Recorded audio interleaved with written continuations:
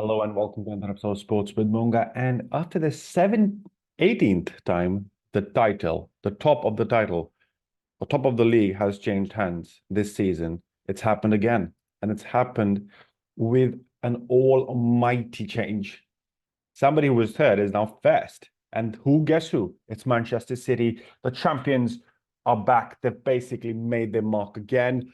Welcome to this review of Game Week 33. The title race, the run-in, continues.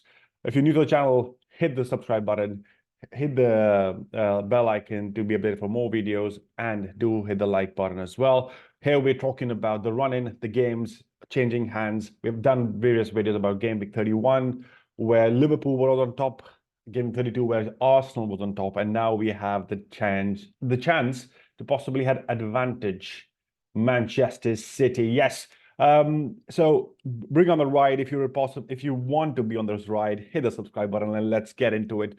Manchester City playing Luton Town. Well, at one point we felt it might not be the simple match that we had expected it to be, but it was clearly done. It was clearly over. Good defensive line. It was an own goal, the first goal on Hashioka. It was kind of weird. It hit his face and then it went to goal. Haaland, of course, had a chance before that. He missed it. But on the same play, he considered this, like, made sure that there was an own goal. And then it was like 1-0 for quite a while. It almost felt like Luton were kind of expansive. City were making mistakes because they were kind of leaving gaps open. They were pushing really, really hard. The game was definitely played mostly in the complete Luton Town's half. But, like, of course, 74% possession for Manchester City. That's what you expect. But Mateo Kovacic, what a goal from outside of the foot. Like, the corner comes in, he hits it first time, it drops it into the back of the net, and you're like, wow. This is special. This team does not want to stop, and that's what they didn't do. From there on, it was kind of 64th minute second goal for Kovacic, and then Erling Haaland gets the penalty. 76th minute he scores. Doku scores, and like Doku was dribbling. Both, like, it was amazing. Doku conceded, like, the penalty, the tackle was on Doku. That got the penalty for Haaland. He scored. Doku scored in 87th minute, and Josko Guardiol. What a shot! That right foot. They've seen that right foot in Real Madrid, and we saw the right foot again. It was beautiful top of the corner. Josh Barkley, with the only goal, of course, wiping the clean sheet off from the Manchester City side. Edison was back in goal. Ortega was on the bench. Akanji, Rico Lewis, Ruben Diaz, and Guardiol in the defense. Matheus Nunes had a couple of chances. He's been a good signing for Manchester City, if you think of it, for coming from Wolves, of course. He kind of shined after the first game where he was doing really well against Manchester United. And that's when City roped him in. And he's been a good partner for Rodri, who's had so many games. And of course, we all know that Rodri was tired. He said basically, come on, you can't play all these games. And hence, we knew he was going to be rested for Real Madrid. That's how Foden was also rested. Alvarez got a full 90. Erling Haaland got subbed. Grealish didn't start. Doku had 90. Kovacic had 90. So you can already see the game, like Real Madrid, who's going to play. De Bruyne obviously getting subbed off as well. But Luton Town, it was interesting that Edwards basically at the end of it, Rob Edwards at the end of it, he's doing a great job at Luton. At the end of it, said this was the hardest game that they had to play. For Luton Town, this kind of means they are 18th, 25 points. 1 point behind Nottingham Forest, who on 17th. There is definitely a relegation fight happening right now. Sheffield United is completely done in my mind. There's no coming back. Burnley, 20 points. I don't think they're coming back as well, but there is a option or hope for Luton Town, Nottingham Forest, and Everton to kind of fight it out at the end. Who takes the third spot? It could be anyone. But on the top of the Premier League, it is a Manchester City, 73 points after this game, after this win, where everybody was expecting them to be kind of not being top of the league because Arsenal was the expected party. But what did Arsenal do, and what did Mr. Unai Emery do? Unai Emery put a masterclass for all Arsenal fans. Like, you have to know that Arsenal fans, Unai Emery was also their manager after the great After the great manager that they had for a long time, I'm forgetting the name, completely blanking on it. Drop in the comment section, but let me know what the name was. Completely like Sir Alex Ferguson, and then Arsene Wenger. Arsene Wenger left, and then they had Unai Emery coming in from Seville. That didn't work out really well. He took a break, and then he came to Aston Villa, who's doing an amazing job there.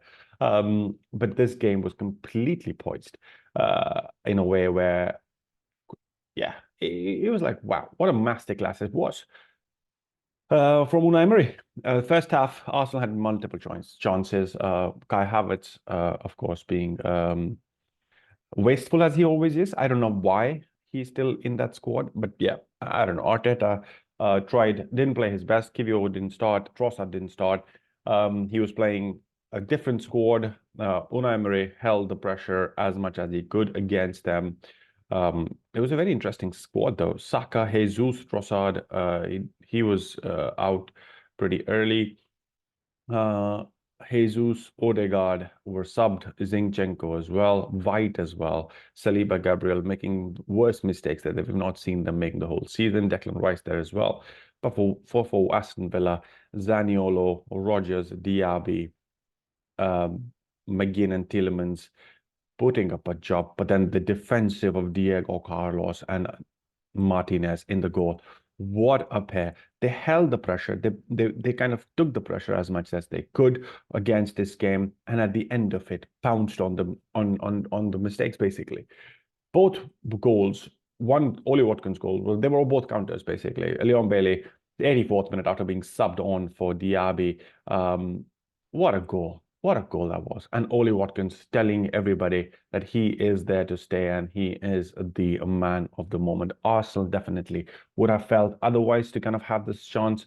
The match kind of turned in a different side, but that didn't happen.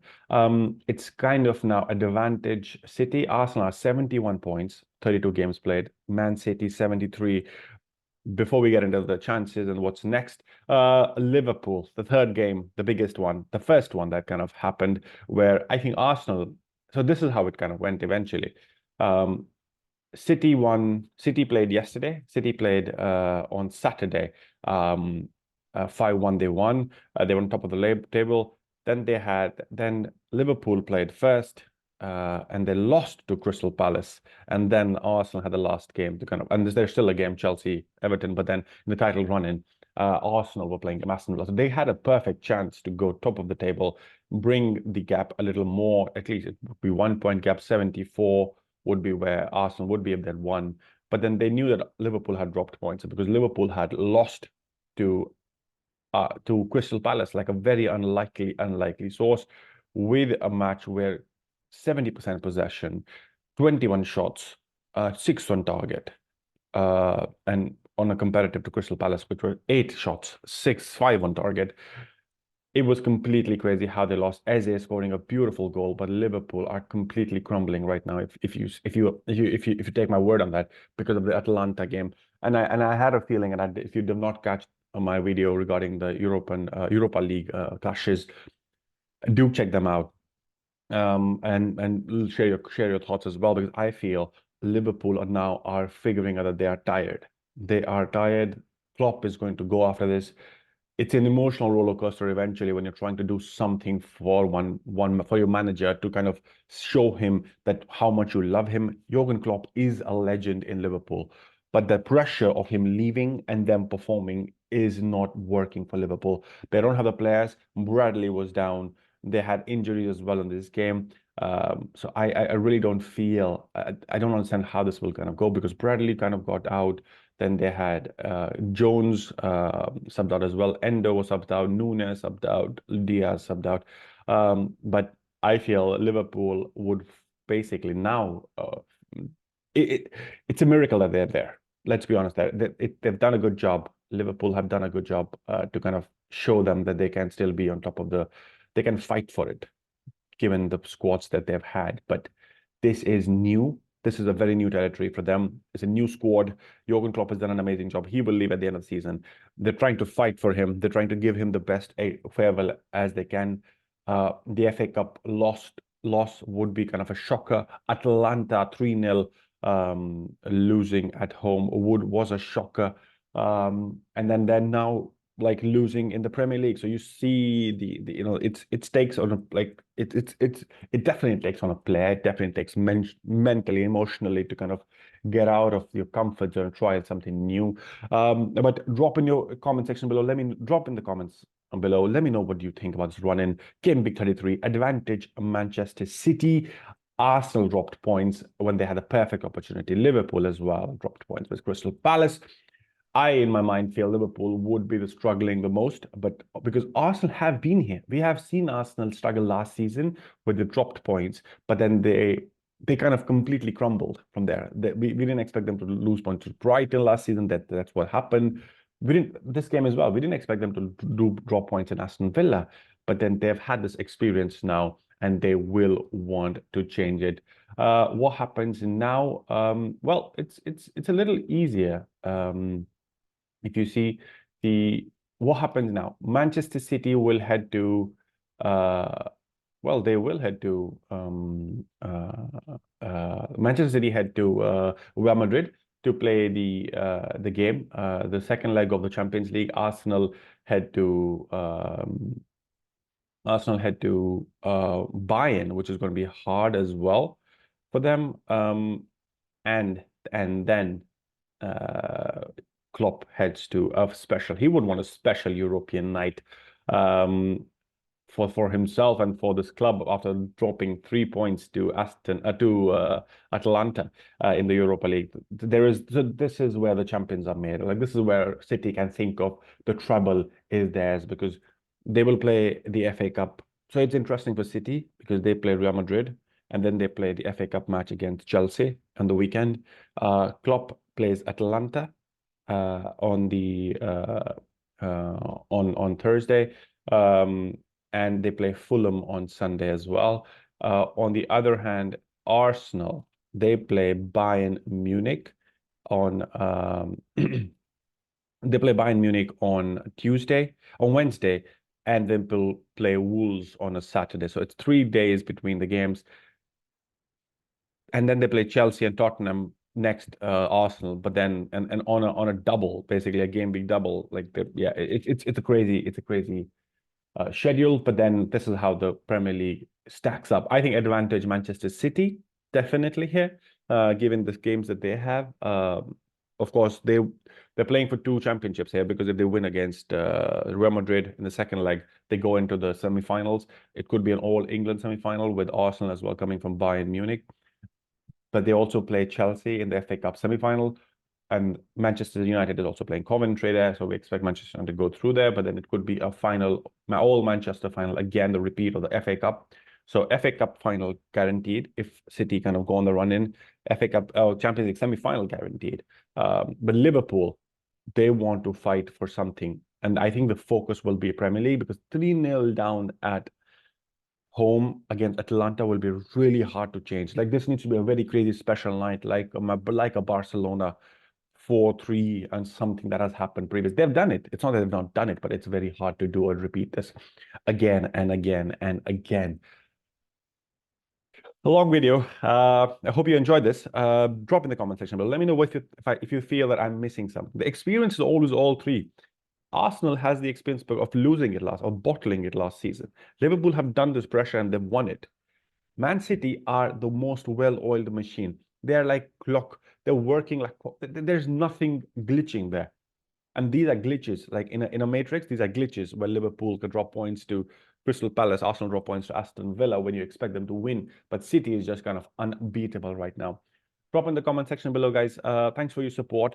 76 subscribers. I would love to have them to be 1 million subscribers. So, thanks for your support. It just gets better and better. I couldn't have asked for more. Thank you. Do subscribe to the channel. Drop in the comment section below. Let me know what you think, and I catch you in the next one.